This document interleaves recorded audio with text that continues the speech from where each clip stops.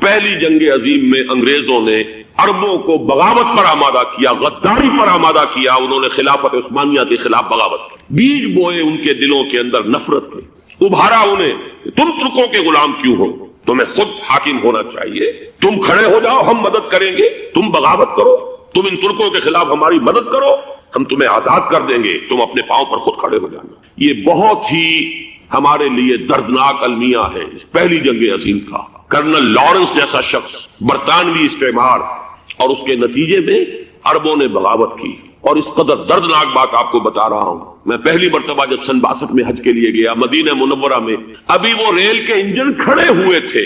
یہ ترکی کے زمانے میں، سلطنت عثمانیہ کے زمانے میں بغداد سے مدینے تک ریلوے لائن تھی. یہ پورا ایک عالم سلطنت عثمانیہ، سلطنت نہیں خلافت عثمانیہ، پوری ٹرینیں جو ہے ترکوں کی اڑائی گئی، ہزاروں ترکوں کو شہید کیا گیا، یہاں تک کہ صحن حرم میں شہید کیے گئے سینکڑوں ترک. یہ جرم تھوڑے نہیں ہے، معمولی نہیں. آج جس کی سزا مل رہی ہے معلوم ہونا چاہیے کہ وہ جرائم کون کون سے تھے. اب بھی جو لوگ گئے ہیں انہوں نے دیکھا ہوگا ترکی کا قلعہ موجود ہے اوپر پہاڑی کے اوپر. حرم کا جو سب سے بڑا دروازہ ہے باب ملک عبدالعزیز، اس کے سامنے ایک لائبریری ہوتی تھی، اب تو غالباً وہ بھی گرا دی گئی ہے. اس کے پیچھے پہاڑی پر ترکوں کا قلعہ ہے پرانا، اس پر توپیں موجود تھیں. جب بغاوت ہوئی ہے، جو حرم میں آئے ہوئے تھے ترک فوجی، ظاہر بات ہے نہتے، وہ تو نماز پڑھنے آئے ہوئے تھے، ان کو وہاں ذبح کیا گیا ہے. اور ترکوں نے اپنی توپیں استعمال نہیں کی کہ کہیں بیت اللہ کو کوئی اذن نہ پہنچ جائے. بہرحال یہ غداری ہوئی ہے پہلی جنگ عظیم کے دوران، اور نہ صرف ترکوں کے، عربوں نے کی ہے. جیسا کہ میں نے کہا تھا، دو ہیں سب سے بڑے مجرم روئے ارضی کے اوپر امت مسلمہ کے طبقات.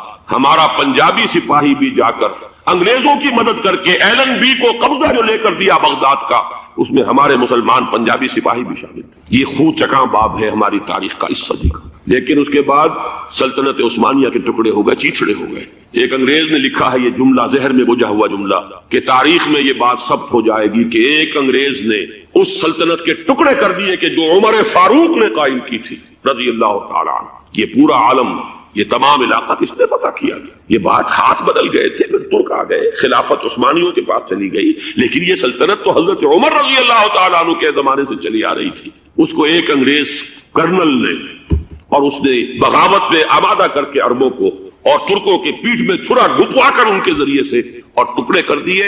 لیکن جب جنگ ختم ہوئی، اب انہوں نے کہا کہ اب ہمیں آزادی دیجیے. اب انہیں معلوم ہوا کہ غداروں کو دنیا میں کیا ملتا ہے. ٹکڑے کر دیے گئے. یہ حصہ عراق یہ انگریز کے پاس رہے گا، شام کا یہ علاقہ یہ فرانسیسیوں کے پاس رہے گا، مصر پر انگریزوں کا تسلط رہے گا، لیبیا اطالویوں کے پاس رہے گا. لے دے کر یہ جو علاقہ تھا حجاز، کیونکہ وہاں کچھ تھا ہی نہیں، بوادن غیر ذی زرع، یہ عربوں کے پاس چھوڑ دیا گیا. اس وقت جو بادشاہ ہیں شاہ حسین اردن کے، ان کے دادا سب سے بڑے غدار وہی تھے، لہذا ان کو اس علاقے کی بادشاہت دے دی گئی. اس کے بعد نجد سے ایک تحریک اٹھی ہے، وہ سعودی جو خاندان ہے وہ نجد سے اٹھا. نجد میں اس وقت کچھ بھی نہیں تھا، وہ تو صرف ریت کے تودے تھے اور کچھ بھی نہیں، لہذا ادھر کسی استعماری قوت کو دیکھنے کی ضرورت ہی نہیں تھی. وہ تو بعد میں تیل برآمد ہوا اور اس کی حیثیت ہو گئی، اور یہ امارات کا علاقہ جو ہے اس کی دنیا میں اب گویا کہ یوں سمجھیے کہ جو سب سے زیادہ اہم علاقے ہو سکتے ہیں روئے ارضی کے نقشے پر، ان میں سے ایک وہ ہو گیا. لیکن یہ اس وقت کی بات میں کر رہا ہوں، کوئی حیثیت نہیں تھی، لہذا اس کو چھوڑ دیا. یہ ہے تاریخی پس منظر، یہ لکیریں جو کھینچی گئی ہیں. یہ ایک ملت اسلامیہ کو جو قومیتوں میں تقسیم کیا گیا، پھر نعرے لگوائے گئے المصر للمصریین الشام للشامیین. اب شامی ایک علیحدہ قوم ہو چکے ہیں، مصری ایک علیحدہ قوم ہو چکے ہیں، عراقی ایک علیحدہ قوم ہو چکے ہیں. یہ ساری تقسیمیں استعمار کی پیدا کرنا ہے، اس کا کوئی تعلق اسلام کے ساتھ نہیں. اب ضرورت تو اس بات کی تھی کہ استعمار کے پنجے جب یہاں سے کچھ ہٹے، دوسری جنگ عظیم کے بعد ایک دور آیا، امریکہ ابھرا ہے دنیا کی عالمی سطح پر سیاست میں. اس کے ہاں کچھ آزادی کے تصورات تھے، اس نے بھی سپورٹ کیا. برطانیہ کمزور ہو چکا تھا، وہ اتنے بڑے علاقے کو اب ہولڈ نہیں کر سکتا تھا. ہندوستان بھی آزاد ہوا، پھر یہ کہ اور دوسرے علاقوں سے بھی اس کو پسپائی اختیار کرنی پڑی. استعمار کے پنجے جس طرح بھی ہوئے، ان کے سینوں سے، عربوں کے سینوں سے جو ہے گویا کہ وہ ہٹے. لیکن امریکہ نے ایک اپنی بہت بڑی حکمت عملی جو اختیار کی، عالم عرب کے سینے میں اسرائیل کا خنجر پیوست کر دیا، تاکہ یہ کبھی آزاد نہ ہو جائیں، ہمارے انگوٹھے تلے رہے. ہماری پالیسی گورن کرے۔ یہ استعمار کا دوسری جنگ عظیم کے بعد جہاں برطانوی استعمار، فرانسیسی استعمار رفتہ رفتہ یہ ہٹنے شروع ہوئے، صدر ناصر نے انگریزوں کو اٹھا کر پھینکا میڈیٹرینین میں اور دوسرے جگہوں سے، الجزائر نے آزادی حاصل کی فرانس سے، اطالویوں سے جو ہے لیبیا والوں نے آزادی حاصل کی، یہ ہو گیا، لیکن ایک خنجر پیوست کر دیا گیا اسرائیل کا سینہ عرب۔ اس صورتحال میں ظاہر بات ہے کہ ایک تو بڑی آئیڈیل پوزیشن تھی کہ پورا عالم اسلام متحد ہو، لیکن وہ تو بہت دور کا خواب معلوم ہوتا ہے۔ علامہ اقبال سے بڑا کوئی نقیب نہیں ہے ملت اسلامی کی وحدت کا۔ ایک ہو مسلم حرم کی پاسبانی کے لیے نیل کے ساحل سے لے کر تابخا کے کاشغر، لیکن انہیں بھی اپنے لیکچرز میں کہنا پڑا کہ اس وقت جو صورتحال ہے پورے عالم اسلام کی ایک وحدت بن جانا تو تقریباً ناممکن نظر آ رہا ہے۔ اگر کسی طرح ایک common wealth of Muslim nations وجود میں آ جائے تو بھی بڑی کامیابی ہوگی، لیکن اس سے بھی پہلے یہ تو زیادہ آسان تھا کہ عالم عرب ایک وحدت کی شکل اختیار کرنا۔ یہ تو ایک قوم ہے، اکثر و بیشتر ایک نسل یا زیادہ دو نسلیں کہتی تھی۔ شمالی افریقہ میں بربر نسل بھی ہے، باقی تو سب عرب ہے۔ یہ پورا عالم ایک نسل، ایک زبان، پورے اتنے رقبے کے اوپر بولے جانے والی ایک زبان، یہ تو ایک ہو جائے۔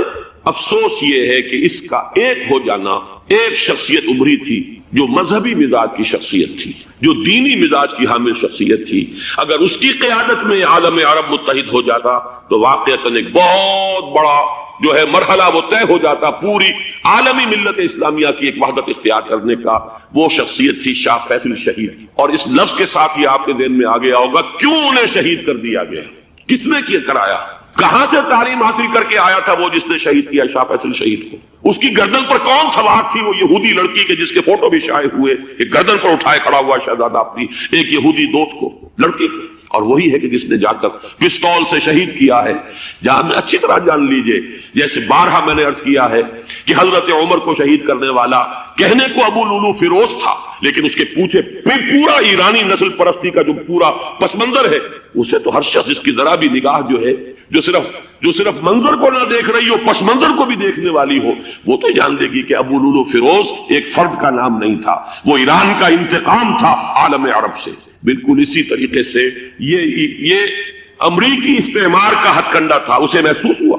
شاہ فیصل مذہبی مزاج کا شخص یہ ابھر رہا ہے، اور یہ شاہ فیصل کی حکمت عملی کا ذرا آپ اندازہ کیجئے۔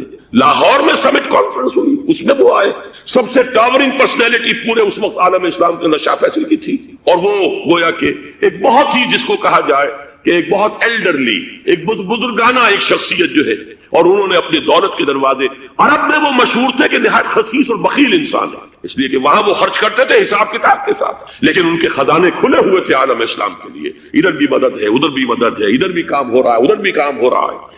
پھر انہوں نے تیل کا ہتھیار استعمال کر کے ایک دفعہ امریکہ کو دن میں تارے دکھا دیے تھے، لہذا ان کا ہٹایا جانا سین سے یہ امریکی استعمار کے لیے لازم تھا۔ اب لے دے کر رہ گئے کون؟ سیکولر مزاج کے لوگ۔ پہلی اٹیمپٹ جمال عبد الناصر نے کی، ناکام ہو گیا۔ قذافی صاحب نے کوشش کی کہ وہ ان کی جانشینی حاصل کر لے، ناکام ہو گیا۔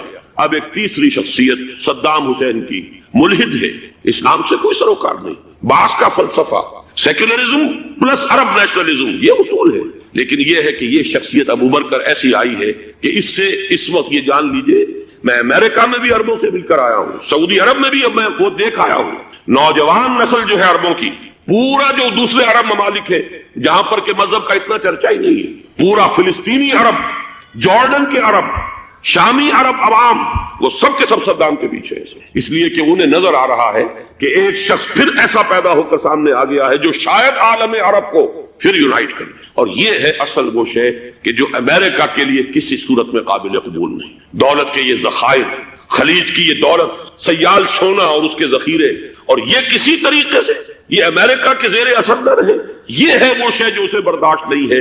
وہ کوئی عربوں کی محبت میں نہیں آیا 2.5 لاکھ فوج لے کر، وہ کوئی شاہی عرب جو خاندان ہے سعودی، اس سے اس کی کوئی دلچسپی نہیں ہے، کوئی پتہ نہیں کہ وہ خود ان کو ہٹا دے اور وہاں پر کوئی جمہوری ڈھانچہ جو ہے وہاں پہ کھڑا کروا دے خود امریکہ۔ اس لیے کہ سعودی عرب میں دیکھ آیا ہوں، حالات اگرچہ ظاہر بات ہے کہ زیادہ گہرائی میں تو وہاں جانے کا موقع ہی نہیں ہوتا، بہت ہی مستبد حکومت ہے، لیکن صاف نظر آ رہا ہے کہ اس وقت دونوں طبقے نوجوانوں کے جو ہے وہ شاہی خاندان کے شدید خلاف ہو چکے ہیں۔ جو وہاں پر جدید مثقف طبقہ ہے، جدید تعلیم یافتہ جو باہر پڑھ کر آیا ہے امریکہ میں اور کہیں اور وہ کثیر تعداد میں وہ صاف سوال کر رہے ہیں کہ یہ billions and billions of dollars کے جو ہمارا خرچہ آتا تھا، ہمارے ہتھیاروں کے آرڈر جاتے تھے، وہ کہاں گئے؟ کل 65,000 فوج، اور عرب کے پاس، سعودی عرب کے پاس اتنے ٹینک بھی نہیں ہیں جتنے کہ یمن جیسے غریب ملک کے پاس، تو ہمارا روپیہ یہ گیا کہاں؟ یہ ایک سوال ہے جو ہر شخص کے ذہن کے سامنے ہے۔ اب ہمیں اپنے معاملات کو خود سنبھالنا ہوگا۔ اسی طریقے سے جو مذہبی طبقہ ہے، اور وہاں ہے بڑی تعداد میں مذہبی طبقہ، نوجوان جن میں بڑا جذبہ ہے، اور ان کا وہ جوش جہاد انہیں جہاد افغانستان تک لے کر آیا۔ سینکڑوں عرب نوجوان یہاں جو ہے شہید ہوئے۔ اپنے ملک میں تو انہیں بولنے کی بھی کوئی امکان نہیں ہے، لیکن یہاں وہ جذبہ جو اندر اندر پروان چڑھ رہا ہے، وہ جذبہ انہیں لایا ہے، اور افغانستان کی سنگلاخ وادیوں کے اندر انہوں نے جام شہادت نوش کیا ہے۔ وہ طبقہ بھی شدید اب مخالف ہو چکا ہے کہ انہوں نے امریکیوں کو بلا کر، ان میں یہودی بھی ہیں، عیسائی تو ہے ہی ہے، یہودی ہیں، یہودی عورتیں ہیں، جو کچھ اب وہاں بے حیائی اور بے پردگی کے مناظر نظر آ رہے ہیں۔ یہ سرزمین عرب، میں نے امریکہ میں تقریر سنی ہے، اسنا کے جو فائنل ان کا ایک سیشن تھا، اسلامک سوسائٹی آف نارتھ امریکہ، جس میں میں مدعو کیا گیا تھا، اور اسی لیے میں نے یہ سفر کیا تھا۔ ایک نوجوان نے جو تقریر وہاں پر کی ہے، واقعہ یہ ہے کہ میں حیران رہ گیا اس کی جرأت کا۔ اس نے کہا کہ حضور نے فرمایا تھا کہ جزیرہ نما عرب میں 2 دین جمع نہیں ہو سکتے، اور آج شاہی خاندان کی صرف اپنی حکومت کو بچانے کے لیے امریکیوں کو اتنی بڑی تعداد میں بلا لیا گیا ہے، جن میں موبائل چرچ بھی ہیں، موبائل سینیگوگز ہیں، یہودی مرد اور عورتیں جو ہے دندناتے پھر رہے ہیں آج عرب کی سرزمین پر۔ لہذا جو مذہبی طبقہ ہے وہ اس پر شدید رد عمل جو ہے اس کے اندر پایا جاتا ہے۔ یہ حالات ہیں جو میں آپ کے سامنے چاہتا تھا کہ رکھوں۔ یہ وہ شامت اعمال ہے۔ ایک طرف یہ کہ وہ شخصیت جو ہے صدام حسین کی، وہ کوئی پسندیدہ شخصیت نہیں، لیکن یہ کہ اس شخصیت کو تقویت دینے والے بھی تو یہی لوگ تھے۔ انہیں خطرہ تھا ایران کے انقلاب سے کہ کہیں اسی قسم کا کوئی انقلاب ہمارے ہاں نہ آ جائے، لہذا انقلاب ایران کو ایکسپورٹ نہ ہونے دے، اس لیے انہوں نے اسی صدام حسین کو بلینز اور بلینز آف ڈالرز کی مدد دی۔ آج وہی ہے، عربی کی تو ایک کہاوت بھی ہے، سمن کلبک یا کو لوگ، اپنے کتے کو کھلا پلا کے موٹا کرو، کسی روز تمہیں کو کاٹے گا۔ آج وہ تو انہیں کاٹ رہا، لیکن یہ کہ اس کا جو علاج تجویز ہوا ہے وہ انتہائی خوفناک ہے۔ 2.5 لاکھ امریکی وہ استعمار کے پنجے جو بمشکل عالم عرب کے سینے سے جو گڑے ہوئے تھے اس استعمار نے، مشکل ہٹے تھے کہ ایک دم اب وہاں پر خبریں آ رہی ہیں، فرانسیسی بھی آ رہے ہیں، برطانوی بھی آ رہے ہیں، کہاں کہاں سے فوجیں آ رہی ہیں، اور وہاں پر 2.5 لاکھ تو صرف امریکن آرمی کا، اس میں تقریباً 1.5 لاکھ تو پہنچ چکی، اور جو بھی ہوگا وہاں پر جیسا کہ میں نے عرض کیا ہے اس قدر خوفناک سین ہے۔ میں نے بہت سے حضرات واقف ہوں گے، کئی مرتبہ میں نے حوالہ دیا ہے مولانا سید حامد میاں رحمہ اللہ کا، انہوں نے ایک دفعہ مجھے بتایا تھا کہ احادیث میں جو قرب قیامت کے حالات و واقعات کی پیشن گوئیاں ہیں، ان میں یہ ہے کہ وہ جو آخری جنگ ہونی ہے جو کہ دجال کے خلاف ہوگی مسلمانوں کی، اور جس میں کہ حضرت مسیح علیہ السلام کا نزول ہوگا، جس کے سلسلے میں اس سے پہلے ایک جنگ ہوگی بہت خوفناک، بہت خوفناک۔ اور عجیب الفاظ ان کے یہ تھے کہ اس میں ایک طرف مسلمان اور عیسائی اور یہودی تینوں ہوں گے۔ یہ بات سمجھ میں نہیں آتی تھی کہ مسلمان اور یہودی ایک جگہ کیسے جمع ہو سکتے۔ آج وہ نقشہ نظر آ گیا۔ آج اسرائیل، امریکہ، سعودی عرب اب یہ ایک ہے، بلکہ چلتے آئیے مصر، اسرائیل، سعودی عرب اور جو بھی ان کے حواری ہیں وہ سب ایک صف میں کھڑے، اور ان کے اوپر سیادت کس کی ہے؟ امریکہ کی۔ وہ نقشہ آ گیا ہے۔ اور اس جنگ کے سلسلے میں مولانا حامد میاں رحمہ اللہ نے مجھے بتایا تھا کہ حدیث میں الفاظ آئے ہیں، اتنے لوگ ہلاک ہوں گے، اتنے لوگ ہلاک ہوں گے، اتنے لوگ ہلاک ہوں گے کہ ایک پرندہ سینکڑوں میل تک اڑتا ہوا چلا جائے گا اور اسے سوائے لاشوں کے اور کچھ نظر نہیں۔ یہ نقشہ خاکم بدہن تلا ہوا ہے، کھڑا ہوا ہے۔ جو بھی ہوگا کیمیاوی جنگ، کیمیاوی وارفیئر، کیمیکل وارفیئر، اور پھر ایٹمک وارفیئر، جس کی کھلی دھمکیاں دی جاتی ہیں۔ کبھی کوریا کے بارے میں اندیشہ تھا کہ یہ درندے خدا کی دھرتی کو، کوریا کی غریب بستی کو ناگاساکی بنا کے چھوڑیں گے، ہیروشیما بنا کے چھوڑیں گے۔ آج وہ صورتحال جو ہے عالم عرب پر، heart of the Arab land, اس پر یہ صورتحال بالکل تلی کھڑی ہے۔ اس میں ہمیں کیا کرنا چاہیے؟ میں نے یہ چاہا کہ پورا پس منظر آپ کے سامنے، صرف وقتی سا کوئی ایک نعرہ، وقتی سی کوئی ایک خبر، اس کے حوالے سے ایک جذبات کا معاملہ، پورا ایک پس منظر سامنے رکھیے۔ اب وہ آپ کو شاید میری باتیں جو ہے وہ سمجھ میں آ جائیں۔ نمبر 1، ہمیں کسی صورت اس جنگ میں امریکہ کے گھڑے کی مچھلی نہیں بننا چاہیے۔ امریکہ اسلام کے تحفظ کے لیے نہیں آیا، امریکہ حرمین کی حفاظت کے لیے نہیں آیا، امریکہ اپنے مفادات، عالمی مفادات کے تحفظ کے لیے آیا، اور زیادہ سے زیادہ آپ کہہ سکتے ہیں کہ وہ سعودی شاہی خاندان کی حفاظت کے لیے آیا۔ اور بڑا عمدہ مضمون چھپا تھا پچھلے، بلکہ ابھی تک تو وہ تازہ ہی ہے جب تک نیا نہیں آتا، ندا میں، جس کا عنوان تھا اربوں کا چھرا اور اربوں کا گدا۔ سارے پیسے بھی انہیں سے لے رہے ہیں. $12 بلین کا ایک چیک لے کر گیا جیمز بیکر. اندازہ تو کیجیے دنیا کہاں سے کہاں پہنچ گئی. محو حیرت ہو کہ دنیا کیا سے کیا ہو جائے گی. 2 ماہ قبل اس کا تصور نہیں ہو سکتا تھا. اتنی بڑی قوت امریکہ کی تباہ کن قوت اور جمع ہو جائے گی عرب کے اندر. لیکن یہ کہ وہ کاسٹ بھی اربوں ہی کی ہوگی, انہی کا چھرا انہی کا للا. ہمیں کرنا یہ چاہیے اللہ تعالی ہماری حکومت کو, ہمارے سیاستدانوں کو, ہمارے ذمہ دار لوگوں کو ہدایت دے. وہ امریکہ کے گھڑے کی مچھلی نہ بنے. اس کے تحفظ کے لیے یا شاہی خاندان کی حفاظت کے لیے بہت کچھ انہوں نے عیش کر لیے, کافی عیش کر لیے. باقی یہ کہ اب جو کچھ ہونا ہے وہ ہونا ہے. حرمین شریفین کو تو خود عرب کے لوگ کہتے ہیں کہ کوئی خطرہ نہیں ہے. سارا جھگڑا تو وہ تیل کی دولت کا ہے. وہ تیل کی دولت جو ہے وہ شمال مشرقی کونے کے اندر ہے. بلکہ یہ کہ جو رد عمل پیدا ہوا عالم اسلام میں اور سعودی عرب میں, خود اس کے مذہبی نوجوانوں میں امریکی فوجوں کی آمد کے خلاف اس کا جواب دیا گیا رابطہ عالم اسلامی کی طرف سے کہ یہ جو بھی جنگ کا محاذ ہے, جو فوجیں ہیں, یہ حرمین سے تو 1500 کلومیٹر دور ہے. تو حرمین کو تو کوئی خطرہ نہیں ہے. خطرہ ہے امریکہ کے عالمی مفادات کو. آج آپ کو معلوم ہے دنیا 2 طبقوں میں بٹی ہوئی ہے, دی رچ اینڈ دی پور. یہ جو اقوام ہیں, جو 6-7 قومیں شمار ہوتی ہیں دنیا کی دولت مند قومیں, ان کے لیے خطرہ ہے کہ یہ اگر ہم ان کا جو سب سے بڑا ذریعہ ہے اس کا صنعت کا, یہ تیل, اگر اس کو کچھ ہو گیا تو ان کی سب کی اکانومی جو ہے وہ ایک دم دھڑام سے زمین پر آ جائے گی. وہ بھی برابر ہو کر آ جائیں گے دنیا کے دوسرے ملکوں کے. یہ اس کی حفاظت کے لیے آیا. ہمارے نوجوان کو آج میں سوچتا ہوں کاش کہ ہمیں معلوم ہو, ہمیں وہ تاریخ دہرانی نہیں چاہیے کہ ہم نے پہلی جنگ عظیم میں انگریزوں کے استعمار کے پنجے گڑوانے کے لیے اپنی جانیں دی. پنجاب کا نوجوان, پنجاب کا مسلمان سپاہی بھی جا کر ایلن بی کو قبضہ دلوانے کے اندر اور بغداد پر قبضہ کرانے میں اس کے تعاون کیا, اس کی مدد کی. کیا آج بھی وہی تاریخ اپنے آپ کو دہرائے گی؟ آج ہمارا فوجی جائے گا وہاں پر امریکہ کے تحفظ کے لیے, اس کے مفادات کے تحفظ کے لیے. پہلی بات یہ کہ ہرگز نہیں ہونا چاہیے. ہونا کیا چاہیے؟ پہلی کوشش یہ ہو کہ یہ بین الاسلامی معاملہ بنے, مسلمان امت آئے, امریکی فوجی جائیں, فرانسیسی جائیں, برطانوی جائیں. ہاں اس صورت میں میں کہتا ہوں پاکستان کا ایک ایک بچہ وہاں جائے اور اپنی جان قربان کرے, اس لیے کہ یہ قرآن کا حکم ہے. وَإِن طَائِفَتَانِ مِنَ الْمُؤْمِنِينَ اقْتَتَلُوا فَأَصْلِحُوا بَيْنَهُمَا فَإِن بَغَتْ إِحْدَاهُمَا عَلَى الْأُخْرَى فَقَاتِلُوا الَّتِي تَبْغِي حَتَّى تَفِيءَ إِلَى أَمْرِ اللَّهِ فَإِن فَاءَتْ فَأَصْلِحُوا بَيْنَهُمَا بِالْعَدْلِ وَأَقْسِطُوا إِنَّ اللَّهَ يُحِبُّ الْمُقْسِطِينَ. امت مسلمہ کو حکم دیا گیا ہے اگر مسلمانوں کے 2 گروہ لڑ پڑے تو تم صلح کراؤ, اور اگر ایک فریق زیادتی پر تلا رہے, اڑا رہے, تو اب سب مل کر اس سے جنگ کرو یہاں تک کہ اسے اللہ کے حکم کے آگے جھکا دو.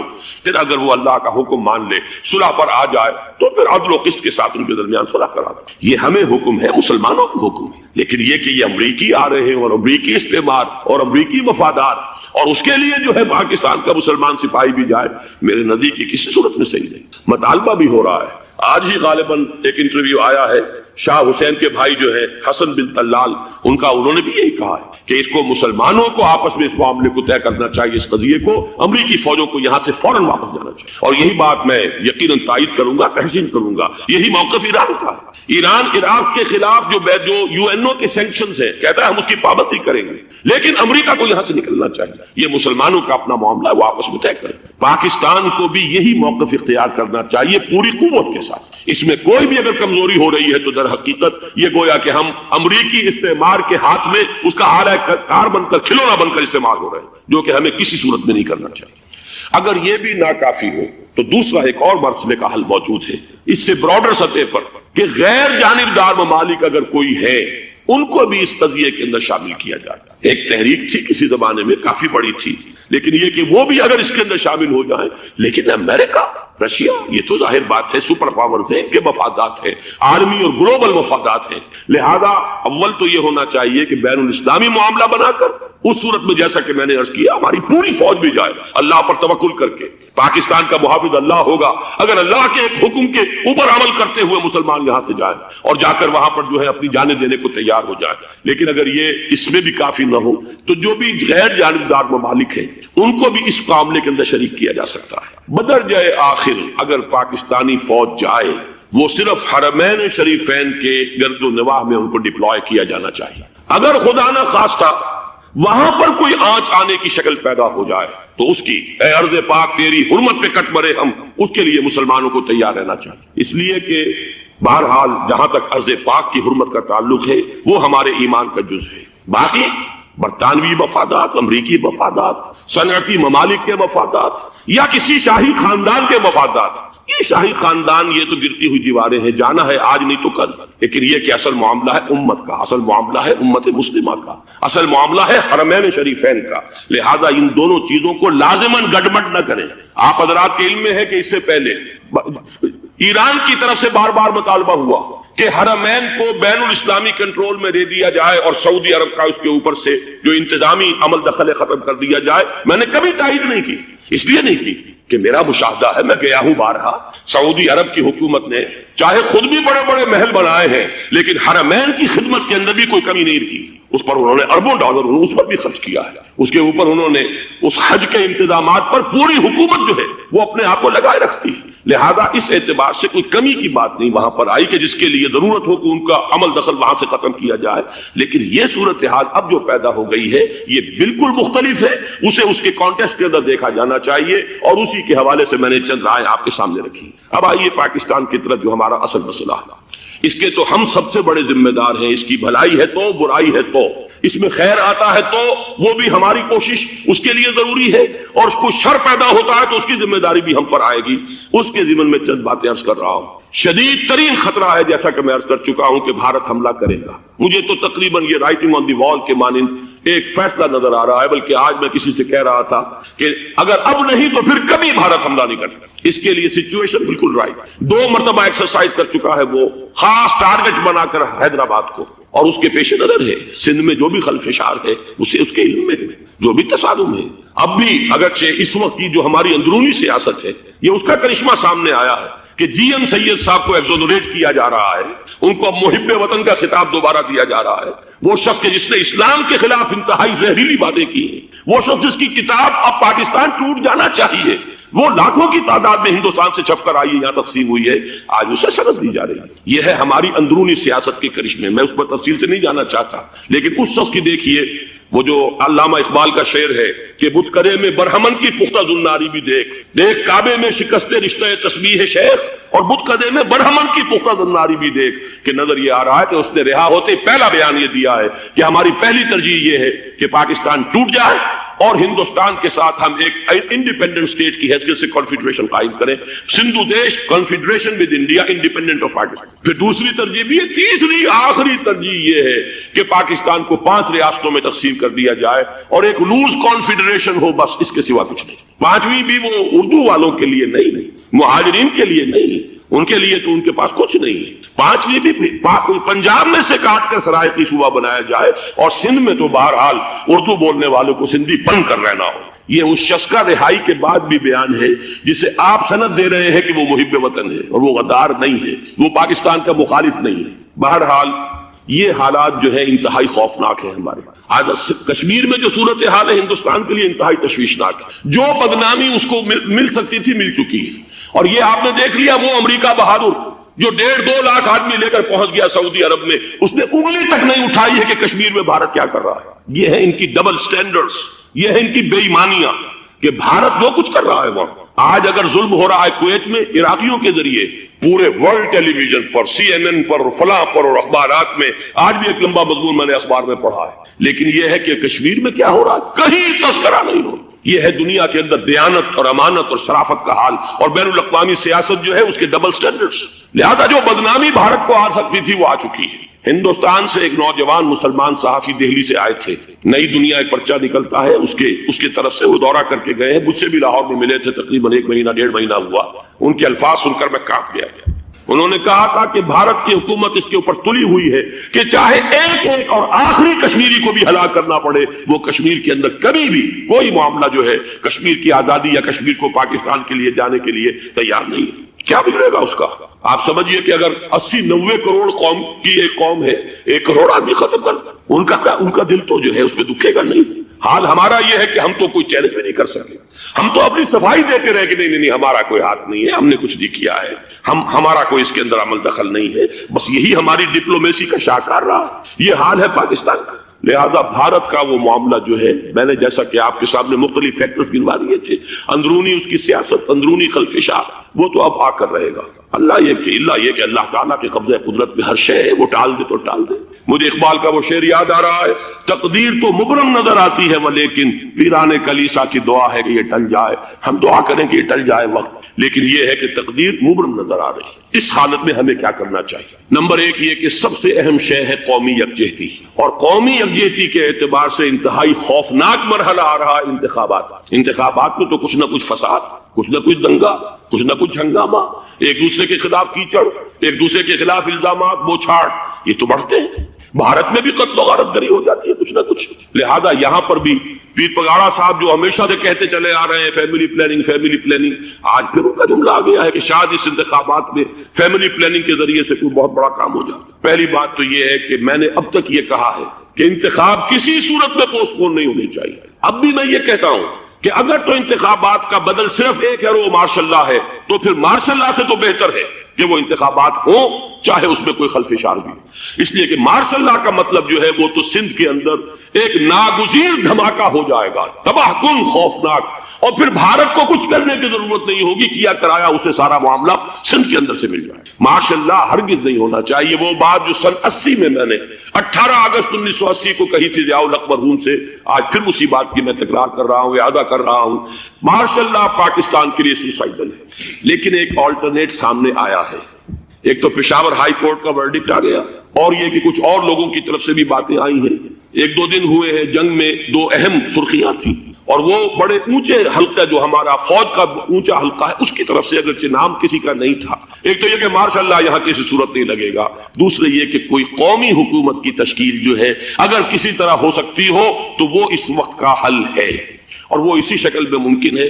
اگر تو الیکشن آپ پوسٹ پون کرتے ہیں اور اسمبلیاں پرانی بحال نہیں کرتے تو پھر تو اس کا مطلب یہ کہ ہمارا کانسٹیٹیوشن ایبروگیٹ ہو گیا، اور اس کا آلٹرنیٹ سوائے ایک مارشل لا کے اور کوئی نہیں ہے۔ لیکن اگر صدر اسحاق صاحب ہمت کر لیں، ملک کے حالات کو دیکھ کر، جو اس وقت صورتحال ہے، جو خطرات ہیں بارڈر پر، ان کو دیکھتے ہوئے یا تو یہ کہ عدالتوں کے ذریعے سے اسمبلیاں بحال ہو جائیں، اس میں حکومت زیادہ رکاوٹ نہ ڈالے، یا یہ کہ خود صدر اسحاق صاحب واپس لے سکتے ہو قدم تو واپس لے لیں، لیکن یہ کہ تمام پارٹیز سے یہ پہلے عہد لے لیا جائے کہ وہ ایک قومی حکومت کی تشکیل کریں گے۔ یہ وہ بات ہے، آپ کو یاد ہوگا مرزا اسلم بیگ صاحب، انہوں نے بالکل شروع میں سن 88 کے الیکشن کے بعد کہا تھا کہ نیشنل گورنمنٹ فارم کی جانی چاہیے۔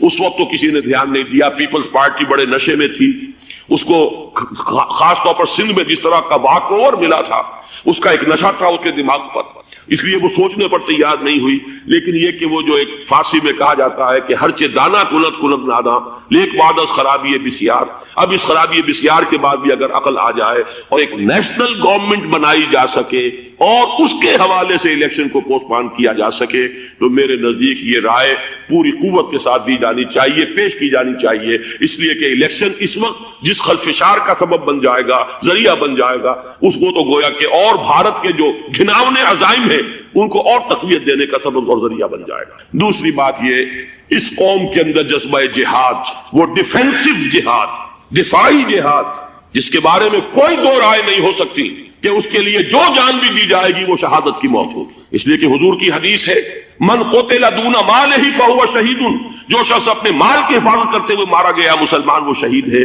تو ظاہر بات ہے کہ اپنی آزادی کا تحفظ جو ہے وہ مال کے تحفظ سے زیادہ اہمیت رکھنے والی شے ہے۔ ایک جذبہ جہاد پیدا کیا جائے اور ایک پیپلز آرمی یہاں پر کھڑی کی جائے، عوامی فوج صرف نہیں کر سکے گی تحفظ جب تک کہ پوری قوم جو ہے وہ فوج کی شکل اختیار نہ کرے، لیکن ظاہر بات ہے کہ اس کا بھی امکان اسی صورت میں ہوگا جبکہ کوئی ایسی حکومت وجود میں آ گئی ہو کہ جس میں وہ اپوزیشن اور گورنمنٹ کا جھگڑا جو ہے وہ اوپر نہ چل رہا ہو، وہ آپس کی محض آرائی نہ ہو، تبھی کوئی پیپلز آرمی جو ہے اس کا تصور جو ہے سامنے آ سکتا ہے۔ اللہ تعالیٰ توفیق دے کہ ہم اس کو بھی کر سکیں۔ آخری بات، آج میں سوچ رہا تھا کہ حضور کو اللہ تعالیٰ نے دو تلواریں دے کر بھیجا تھا، ایک تلوار قرآن، جاہدہم بہی جہادا کبیرا، اے محمد یہ ہے آپ کی تلوار، اس کے ذریعے جہاد کیجئے، قلع قمع کیجئے جاہلیت قدیمہ کا بھی، قلع قمع کیجئے جاہلیت جدیدہ کا بھی، اور یہ بے یقینی کو رفع کیجئے، ایمان پیدا کیجئے۔ یہ ہے کہ جو آج ہمارے پاس وہ جہاد بالقرآن کے حوالے سے ہے، اور دوسرا ہتھیار تھا دین حق۔ هو الذی ارسل رسولہ بالہدی ودین الحق لیظہرہ علی الدین کلہ. وہ نظام عدل اجتماعی، وہ جو واقعہ یہ ہے کہ اگر اس کا نمونہ دنیا کو دکھا دیا جائے، جو جس قدر سختی حضرت یوسف علیہ السلام نے جھیلی ہے جیل میں، تو معلوم یہ ہوتا ہے کہ ایک ہے کسی مسئلے کا کوانٹیٹیٹیو ایلیمنٹ اور ایک ہے اس کا کوالٹیٹیو ایلیمنٹ. ہو سکتا ہے کہ تھوڑی یعنی مقدار میں کوئی شے ہو، لیکن اپنی شدت کے اندر جو ہے وہ اتنی زیادہ ہو کہ وہ اپنی وسعت اور اپنے طول و عرض کے اعتبار سے کم ہونے کے باوجود اس کا جو اثر ہے وہ اس سے کہیں زیادہ بڑھ جائے. اس اعتبار سے اگرچہ حضور پر یہ جو وقت گزرا ہے تلاش حقیقت، فلسفیانہ غور و فکر، تفکر والاعتبار، جو کل حضرت عائشہ صدیقہ رضی اللہ تعالی عنہا سے جو روایت مروی ہے اس کے حوالے سے میں آپ کو بتا چکا ہوں کہ فلما بلغ 40 سنة حبب الیہ الخلاء فکان یخلو بغار حراء یتحنس فیہ. جب 40 برس کے لگ بھگ آپ کی عمر ہوئی تو خلوت گزینی آپ کو محبوب کر دی گئی. آپ غار حراء میں جا کر خلوت گزین ہوتے تھے اور وہاں پر آپ عبادت کرتے. اب عبادت کیا ہے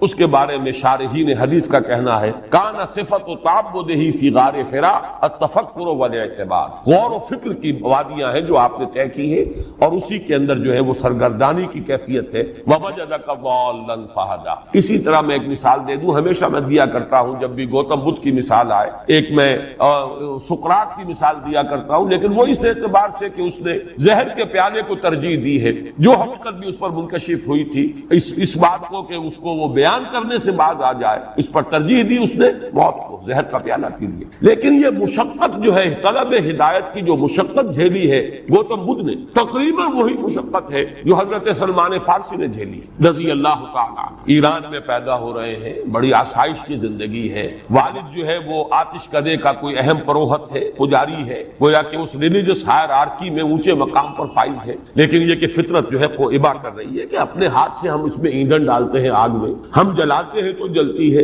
ایندھن ڈالیں تو یہ جاری رہتی ہے اور اسی کے آگے ہاتھ جوڑ کر کھڑے ہو جائیں. لیکن پھر آپ کو معلوم ہے کس قدر مشقتیں جھیلی. گھر سے نکال دیے گئے، ایران سے گئے، شام پہنچے. وہ جس طریقے سے کہ گوتم بدھ کے بارے میں آتا ہے رشیوں اور منیوں کے پاس، کبھی ایک کے پاس، دوسرے کے پاس، تیسرے کے پاس، اسی طرح جو عیسائی اس وقت کے راہب موجود تھے شام میں، کبھی ایک کے پاس، دوسرے کے پاس، تیسرے کے پاس. یہاں تسکین نہیں ہوئی، کسی اور کو تلاش کیا، اس سے بھی تسلی نہیں ہوئی، کہیں اور گئے. آخر میں وہ ایک راہب ملا ہے جس سے کچھ تسکین ملی.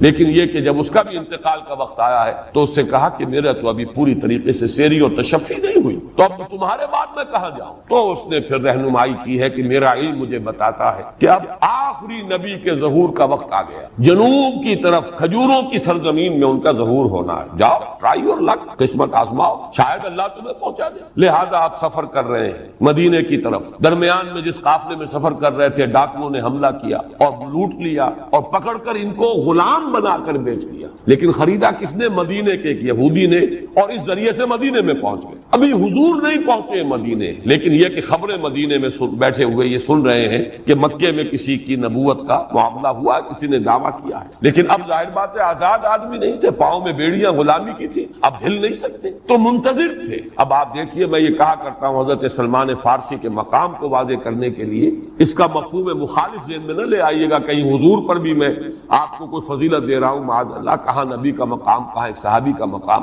لیکن یہ کہ ایک تعبیر کا انداز ہے کہ باقی لوگوں کے معاملے میں تو آپ کہتے ہیں نا کہ انسان جو ہے پیاسا کنویں کے پاس چل کر جاتا ہے، کنواں تھوڑا ہی آتا ہے پیاسے کے پاس. یہاں محمد الرسول اللہ آئے ہیں مدینہ منورہ، پیاسا یہاں بیٹھا ہوا تھا سلمان فارسی. لیکن کن کن وادیوں کے اندر اس نے جو ہے جو اپنی دشت پیمائی کی تھی، کن کن کٹھن مراحل میں سے گزرا تھا، اللہ تعالیٰ نے گویا پیاسے کے پاس کنویں کو بھیجا ہے کہ محمد الرسول اللہ صلی اللہ علیہ وسلم مدینے میں پہنچے. یہ بھی ایک تعبیر کی گئی ہے کہ اصل میں علم نشرح لک صدرک، اس سے مراد یہی ہے کہ یہ جو آپ کو تلاش حق کی سرگردانی تھی اور وہ جو ایک بڑا کٹھن مرحلہ آپ پر گزر رہا تھا، آپ جو کچھ مشاہدہ کر رہے تھے اس کے اعتبار سے، یہ دوسرا پہلو میں عرض کر دوں اس میں، تو یہ جو پہلا پہلو میں نے عرض کیا ہے اس کے اعتبار سے گویا کہ ووجدک ضالا فہدی، یہ گویا کہ اس کے ساتھ اس کا تعلق ہوگا. یہ بوجھ تھا، یہ سختی تھی جو آپ پر گزری ہے، جس سے کہ اللہ تعالیٰ نے یہاں ہدایت دی. وَوَجَدَكَ ضَالًّا فَهَدَىٰ، اسی کو تعبیر کیا گیا لَمْ نَشْرَحْ لَكَ صَدْرَكَ وَوَضَعْنَا عَنْكَ وِزْرَكَ. ایک تو یہ تعبیر.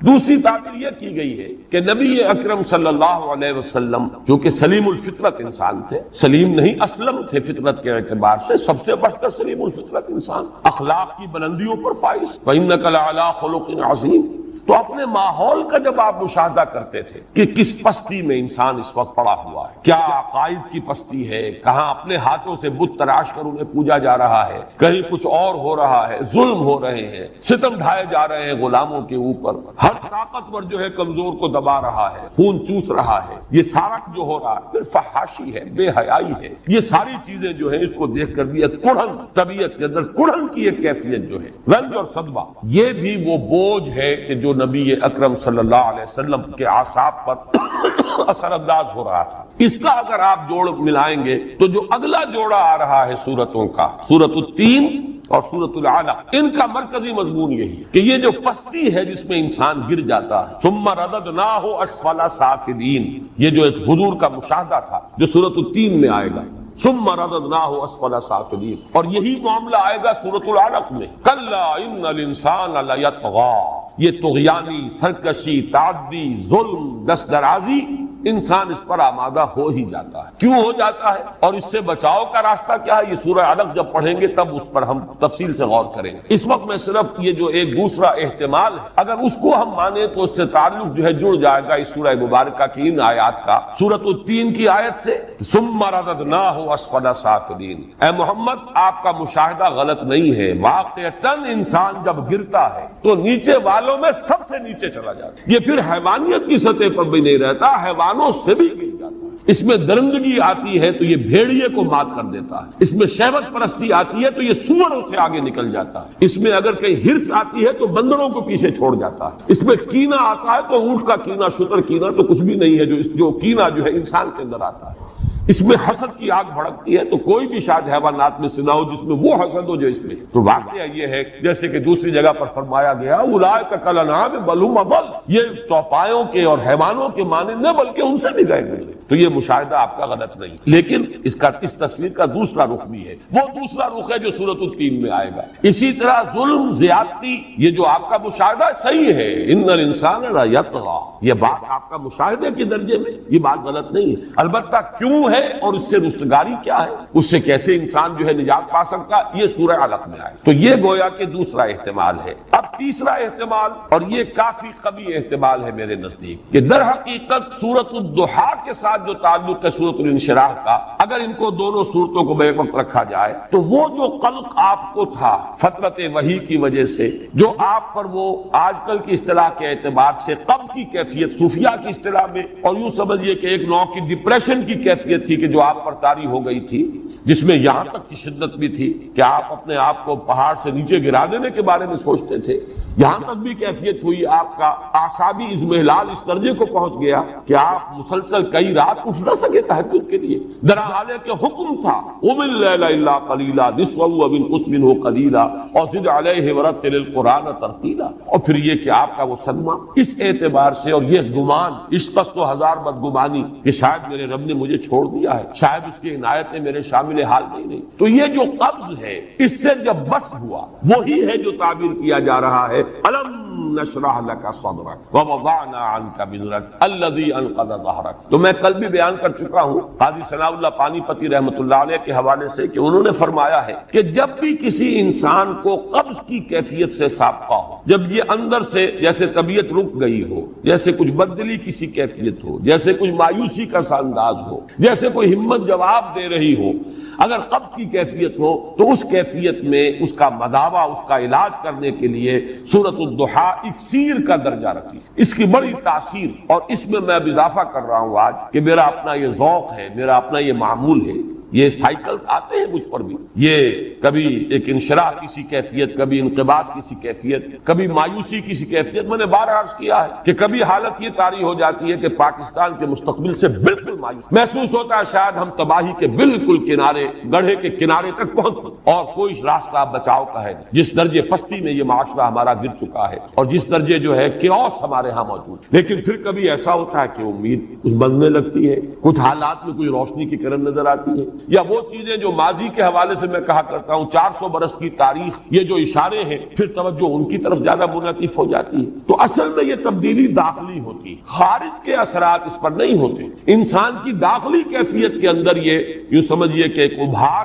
اور یا ایک جو ہے نیچے اور گراوٹ کی کیفیت، یہ جو کیفیات ہے یہ داخلی ہے، اس میں جو ہے اپ اینڈ ڈاؤن آتا ہے۔ اس میں میرا یہ معمول ہے کہ جب بھی یہ کیفیت ہوتی ہے، ویسے بھی یہ بھی میں عرض کر رہا ہوں میرے معمولات میں سے ہے کہ میں ظہر کی نماز میں ہمیشہ فرض میں پہلی رکعت میں سورۃ الضحیٰ اور دوسری میں سورۃ الانشراح، یہ میرے معمولات۔ پھر یہ کہ جب خاص طور پر وہ ڈپریشن کی کیفیت ہوتی ہے، مایوسی کی، بددلی کی، قبض کی، تو سورۃ الضحیٰ کا میں ورد کرتا ہوں۔ اور پھر جب کیفیت مجھے محسوس ہوتی ہے کہ اب کچھ اللہ نے اس سے نکال دیا ہے، تو الم نشرح لک صدرک، اور اس کے ساتھ شکر، پروردگار یقیناً تو نے مجھے پھر وہ انشراح عطا کر دیا ہے، پھر اس اندھیرے سے نکال لیا ہے، پھر وہ بددلی کی کیفیت جو ہے اس کو ہٹا دیا ہے، تو اس پر ایک شکر کے جذبے کے ساتھ، جذبہ تشکر کے ساتھ، الم نشرح لک صدرک ووضعنا عنک وزرک، یہ گویا کہ یہ ہدیہ تشکر اللہ کی جناب میں پیش کرنے کے لیے بہترین یہ آیات ہیں کہ جو سورۃ الانشراح میں نازل۔ تو میرے نزدیک ایک سورت یہ ہے،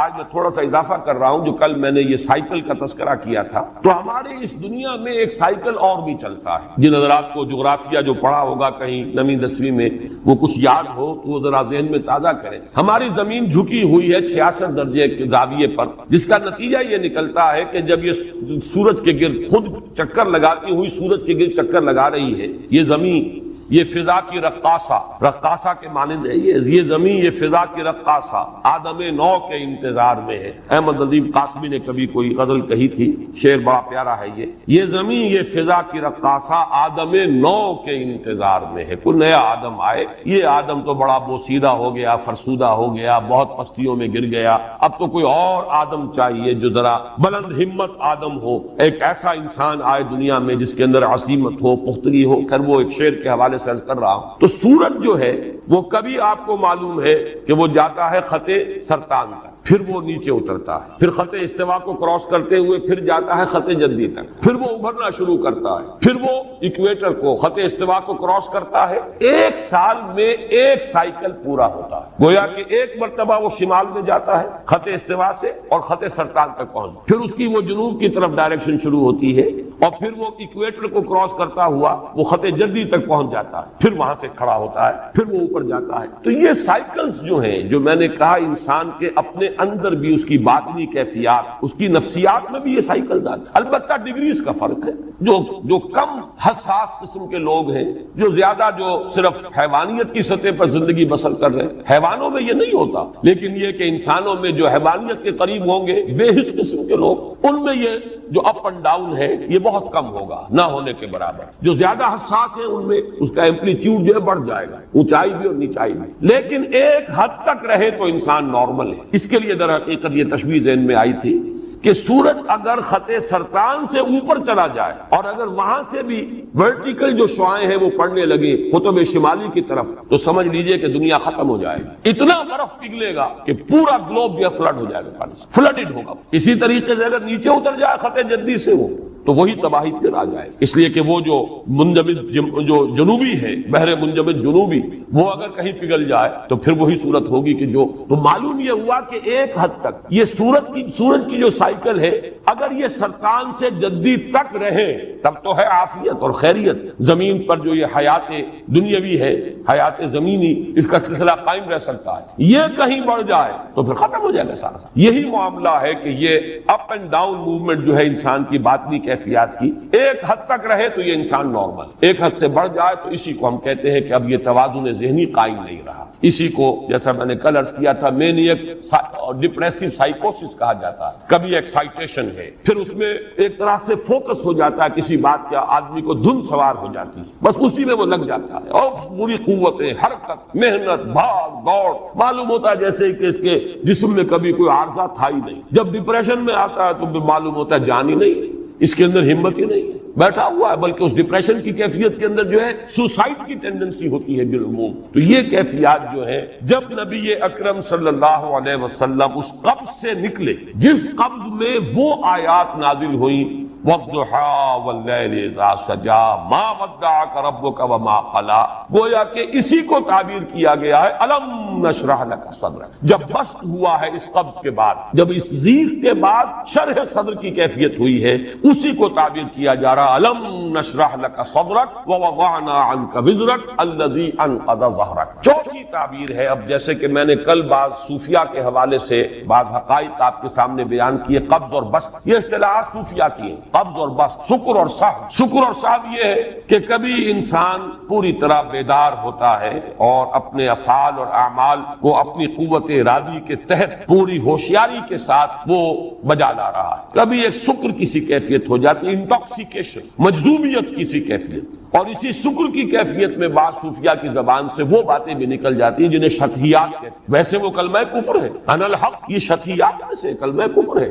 اگر یہ قائم نہ رہتا حلال اس پر، اگر قائم نہ رہتا اور کہتا کہ ٹھیک ہے یہ میرے ایک شکر کی کیفیت تھی، شطحیات میں سے ہے، تو اس کی جان بچ جاتی، لیکن وہ جم گیا اور اس پر اس نے سہو کی کیفیت میں بھی اس کا اقرار کیا، لہذا قتل کر دیا گیا، کلمہ کفر ہے۔ لیکن بعض دوسرے صوفیہ نے بھی ویسی باتیں کہی ہیں، لیکن وہ ایک عارضی، ایک انٹاکسیکیشن کی کیفیت میں، ایک شکر کی کیفیت میں وہ باتیں کہی ہیں، جب وہ حالت سہو میں آئے انہوں نے رجوع کیا ہے کہ نہیں یہ بات نہیں ہے۔ تو اس اعتبار سے جیسے قبض اور بسط کی اصطلاحات ہیں، ایسے ہی شکر اور سہو، صاد ہا اور واو، یہ ہے سہو اور شکر۔ شکر تو آپ کو معلوم ہی ہے کہ ایک کیفیت جو ہے کچھ نشے کی سی، مجذوبیت کی سی۔ اب دو اصطلاحیں آج میں اور آپ کو بتا رہا ہوں جو اس سورۃ الانشراح کے حوالے سے سمجھ، ایک ہے عروج اور نزول کی اصطلاحات، اور ایک ہے سیر الی اللہ، سیر فی اللہ، سیر عن اللہ باللہ۔ اب یہ تینوں کی ذرا وضاحت کرنی ہوگی، اس لیے کہ صوفیہ یہ کہتے ہیں کہ یہ بوجھ جو تھا محمد پر صلی اللہ علیہ وسلم، جس کا اس درجے میں تذکرہ کیا جا رہا ہے کہ وہ آپ کی کمر کو توڑے دے رہا تھا، یہ بوجھ ظاہر بات ہے کہ کسی خارجی کیفیت کا نہیں ہے، زمانہ نزول بالکل آغاز ہی کا ہے، ابھی وہ پرسیکیوشن شروع ہوا ہی نہیں۔ زیادہ سے زیادہ کسی نے یہی کہہ دیا ہوگا نا کہ کوئی جن کا سایہ ہو گیا ہے، معلوم ہوتا ہے کوئی بدروح شاید آ گئی ہے،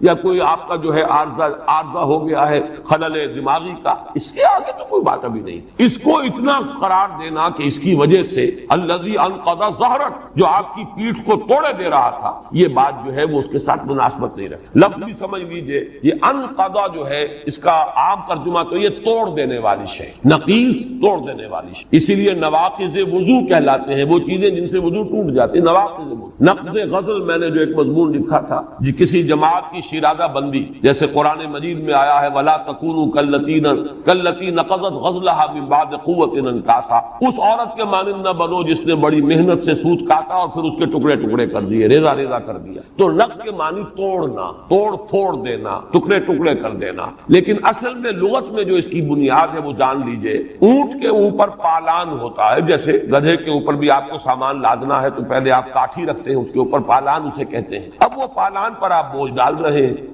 ایک حد تک تو وہ پالان سہار جاتا ہے، ایک وقت آتا ہے کہ بوجھ کی وجہ سے اس کی چولیں جو ہے چرچرانے لگتی ہیں، ان میں آواز آنے لگتی ہے، معلوم ہوتا کہ بس بھائی اب یہ جو ہے پالان ٹوٹ جائے گا۔ اس آواز کو نقیص کہتے ہیں۔ یہ گویا کہ آپ کے لیے ایک وارننگ ہے، ریڈ سگنل ہے کہ بس اس سے زیادہ نہیں، ورنہ یہ پالان ٹوٹ جائے گا۔ تو گویا کہ کمر پر اتنا بوجھ پڑ رہا تھا کہ اس میں سے چرچراہٹ کی آواز گویا کہ آ رہی ہے، محمد الرسول اللہ صلی اللہ علیہ وسلم پر اتنا بوجھ۔ اب یہ بوجھ خارجی حالات کا یا فزیکل کوئی دباؤ جو ہے اس سے اس شدت کی کوئی توجیہ ممکن نہیں۔ لہذا صوفیہ نے جو تعبیر کیا وہ یہ ہے کہ اصل سبب اس کا یہ ہے کہ آپ عروجی کیفیت سے نزول کی طرف لوٹائے جا رہے ہیں، یا سیر فی اللہ کا اونچا مقام تھا جس سے آپ کو اترنے کا حکم دے دیا گیا تھا، سیر عن اللہ الی اللہ یا سیر عن اللہ باللہ کے لیے۔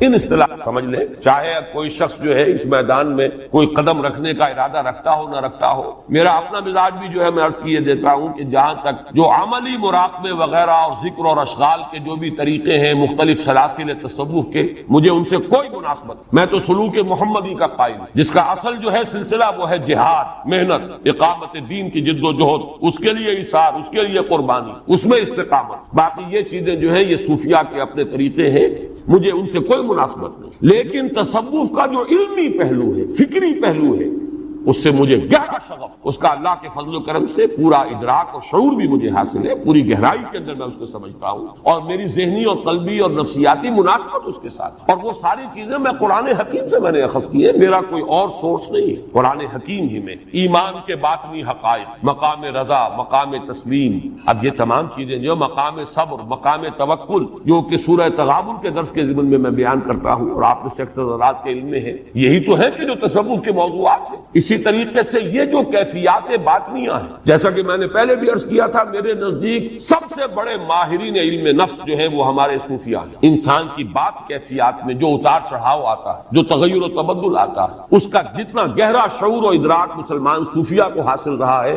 اور کسی کو حاصل، اس اعتبار سے میں یہ چاہتا ہوں کہ ان چیزوں سے ضرور ذہنی مناسبت آپ حضرات کو بھی پیدا ہو اور ان کو سمجھیں، تاکہ وہ بہت جو ذہنی ہے وہ ختم ہو جائے۔ عملی طور پر معاملہ جو ہے وہ ایک علیحدہ معاملہ ہے، کوئی اگر اس راستے پر جائے تو میں اسے حرام نہیں کہتا، یہ ہے کہ میری اپنی مناسبت اس کے ساتھ نہیں ہے، اسی لیے میں نے کسی سے بیعت نہیں کی۔ لیکن یہ کہ جہاں تک یہ حقائق ہیں باطنی نفسیاتی حقائق اور دوسری طرف فلسفیانہ حقائق، پھر وہ ایمان کے جو باطنی ثمرات ہیں ان کا معاملہ، یہ میں قرآن مجید کے حوالے سے جانتا ہوں اور میرا اس کے ساتھ قلبی مناسبت ہے، طبی مناسبت ہے، ذہنی مناسبت، اس لیے میں یہ آج اصطلاحات آپ کو بتا رہا ہوں۔ دیکھیے، عروج اور سیر الی اللہ یہ دونوں ہم معنی الفاظ ہیں۔ ایک شخص اللہ کا قرب حاصل کر رہا ہے، ذہناً، قلباً، عمل، تقرب الی اللہ، جس کے لیے کہ ایک تقریر میں نے کی تھی کبھی ہمارا سالانہ اجتماع تنظیم اسلامی کے، اور اس حدیث کے حوالے سے تقرب الی اللہ کے دو مراتب ہیں، ایک ہے تقرب بالفرائض، ایک ہے تقرب بالنوافل۔ غور و فکر، سوچ بچار، یہ فکری ایک انداز ہے اللہ کی طرف انسان بڑھ رہا ہے۔ من اتی اللہ بقلب سلیم، جو اللہ کے قریب آ رہا ہے، قرب حاصل کر رہا ہے، اس کو آپ کہیں گے عروجی کیفیت ہے، اوپر جا رہا ہے انسان، اس عالم خاک سے بلند ہو رہا ہے، اس حیوانی سطح سے ترفع حاصل کر رہا ہے، ذہناً، قلباً، روحاً، وہ گویا کہ بازار سے گزرا ہوں، خریدار نہیں ہوں، رہتا اس دنیا میں لیکن حقیقت میں اس دنیا میں نہیں رہتا، اس سے بلند تر زندگی گزار رہا ہے۔ یہ وہ شخص ہے کہ جس کے بارے میں وہ شعر پھر میرے دل میں آ گیا کہ مومن کی یہ پہچان کہ گم اس میں ہے آفاق، اور کافر کی یہ پہچان کہ آفاق میں گم۔ یہ سیر الی اللہ، اللہ کی طرف بڑھ رہا انسان، تقرب، وہ یہ تقرب جو ہے یہ کوئی فزیکل نہیں ہوتا کہ آپ یہاں سے 2 میل اوپر ہو گئے تو اللہ سے قریب تر ہو گئے، یا اگر 1000 میل اوپر خلا میں چلے گئے تو اللہ سے اور قریب تر ہو گئے، یہ فزیکل ایلیمنٹ نہیں ہے، یہ نفسیاتی اور قلبی اور روحانی کیفیات ہے تقرب کے مراحل، اس کو آپ عروج بھی کہیں گے۔ اور سیر الی اللہ، پھر ایک درجہ آتا ہے، کیونکہ سیر میں نے 3 لفظ استعمال کیے، سیر الی اللہ، سیر فی اللہ، اور پھر سیر عن اللہ باللہ یا الی اللہ، یہ میں بعد میں بیان کروں گا۔ لیکن عروج اور نزول ان کے درمیان کوئی وقفہ نہیں، لیکن یہ کہ جو درمیانی وقفہ ہے اس کو سمجھیے سیر فی اللہ۔ سیر فی اللہ کیا ہے؟ اللہ کی معرفت حاصل ہو گئی، اب اللہ کے ساتھ ذہنی، قلبی، روحانی رشتہ استوار ہے، اب آدمی نہیں چاہتا کہ اس رشتے کے اندر کہیں کوئی خلل واقع، کوئی دنیاوی مصروفیت حائل جائے، کوئی توجہ کسی اور طرف منعطف ہو جائے۔ یہ تو ظاہر بات ہے کہ انہی کو اندازہ ہو سکتا ہے کہ جن کو اس کی کوئی کیفیت و چاشنی کبھی میسر آئی، اس میں کیا لذت۔ اب دیکھیے، ایک حدیث میں آپ کو سنا رہا ہوں، ویسے تو یہ کہ وہ حدیث تو بہت عام ہے، لی مع اللہ وقت، میرا اللہ کے ساتھ ایک خاص وقت بھی ہوتا ہے۔ اب ہم کیا سمجھیں گے وہ خاص وقت کون سا ہوتا ہے اور اس کی کیفیات کیا ہوتی ہے؟ یا جیسے آپ نے فرمایا، ابھی تو عند ربی یطعمنی ویسقینی، میں تو رات بسر کرتا ہوں اپنے رب کے پاس، وہ مجھے کھلاتا ہے پلاتا ہے۔ یعنی جب حضور صلی اللہ علیہ وسلم سے بعض صحابہ نے عرض کیا کہ حضور آپ صوم وصال رکھتے ہیں، صوم وصال یہ ہے کہ آج آپ نے روزہ رکھا، افطار نہیں کیا، پوری رات میں روزہ چل رہا ہے، اگلے دن بھی روزہ جاری رہا، 2 دن کا صوم وصال ہو گیا، اگلے دن بھی آپ نے افطار نہیں کیا، پھر وہ رات اور اگلے دن تک جا رہا، 3 دن کا صوم وصال۔ حضور صوم وصال رکھتے تھے لیکن صحابہ کو آپ نے روک دیا، منع کر دیا، تو صحابہ نے عرض کیا حضور آپ خود تو صوم وصال رکھتے ہیں، ہمیں منع کرتے ہیں۔ آپ نے فرمایا ایوکم مثلی، تم میں سے کون ہے مجھ جیسا، ابھی تو عند ربی، میں تو اپنے رب کے پاس رات بسر کرتا ہوں، وہ مجھے کھلاتا ہے پلاتا ہے، تم میری مثال نہیں بن سکتے۔ تم اس طریقے سے میری نقل نہیں کر سکتے۔ اب یہ کیا رات کا بسر کرنا ہے ہم کیا سمجھیں گے، لیکن اس کو سمجھ لیجئے۔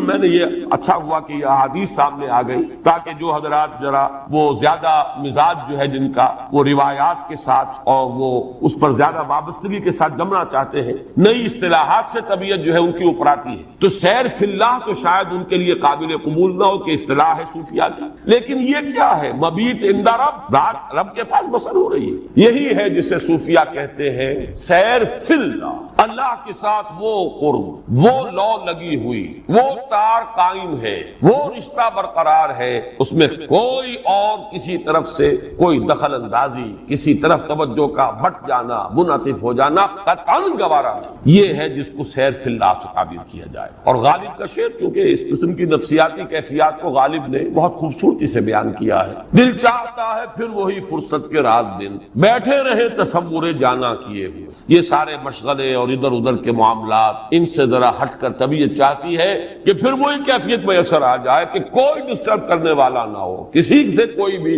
معاملہ ہی نہ ہو، ہمارا منقطع ہو جائیں، متبتل ہو جائیں اور اللہ ہی کے ساتھ لو لگا کر بیٹھے رہیں۔ اب تیسرا مرحلہ آتا ہے، وہ ہے کہ حکم ہوتا ہے کہ جاؤ اب دوسرے انسانوں کو بھی اٹھانے کی کوشش، یہ لذت جو تمہیں حاصل ہو رہی ہے اس میں دوسروں کو شیئر کرو، دوسروں کے ساتھ شیئر کرو، جاؤ لوگوں کی ہدایت پر کمر کس کر کھڑے ہو۔ اب ظاہر بات ہے اترنا پڑے گا نا، یہ اترنا ہے، یہ نزول ہے۔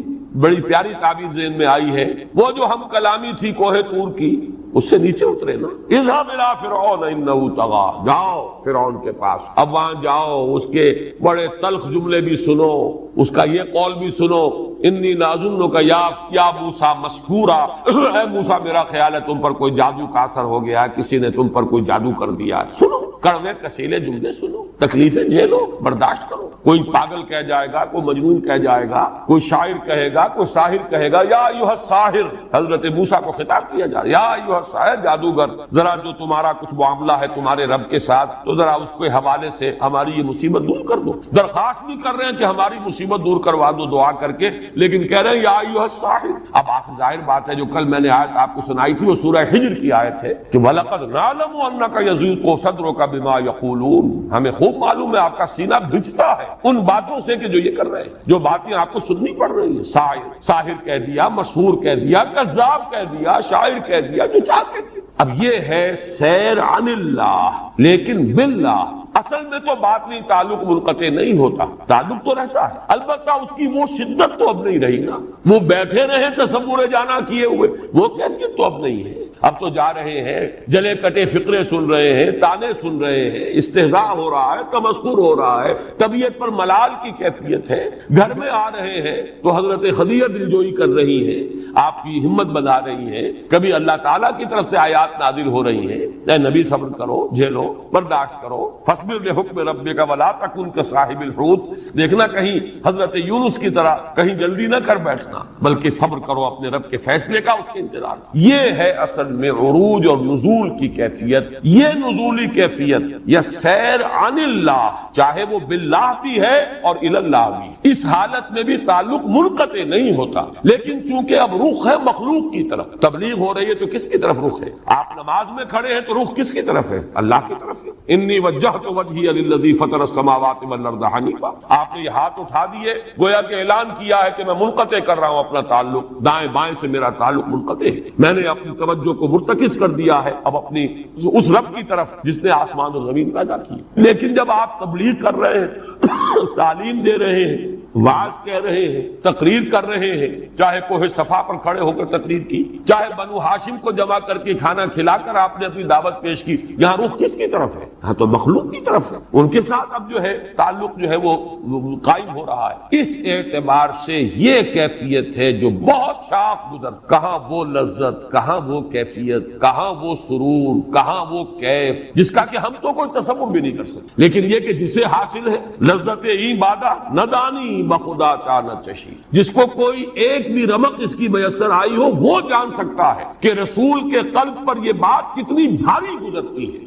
کجا وہ کیفیت اور کجا یہ ہے اصل میں شاخ گزرنے والی بات. اسی کے حوالے سے اصل میں نوٹ کر لیجئے ہمارے صوفیہ میں سے شیخ عبد القدوس گنگوہی رحمۃ اللہ علیہ کے دو اقوال ہیں. ایک کو تو علامہ اقبال نے بھی اپنے لیکچرز میں کوٹ کیا ہے، میں نے بھی پہلے بارہا آپ کو سنایا ہے، لیکن اس سے یہ فرق واضح ہوگا. علامہ اقبال نے اصطلاحات استعمال کی ہیں مسٹک ایکسپیرینس اور پروفیٹک ایکسپیرینس. ایک ہے صوفی، وہ صوفی تو لو لگا کر بیٹھ جاتا ہے اور اپنی اس کیفیت میں کوئی وہ نہیں چاہتا کہ کسی طرح کا بھی کوئی خلل آئے. جبکہ رسول کا کام کیا ہے؟ اب وہ خلق کی ہدایت کے لیے کمر کس لیتا ہے، اس کو نزول کا راستہ اختیار کرنا پڑتا ہے. کوہ ہرا سے اتر کر آنا پڑتا ہے، اتر کر ہرا سے سوئے قوم آیا اور ایک نسخہ کیمیا ساتھ لایا.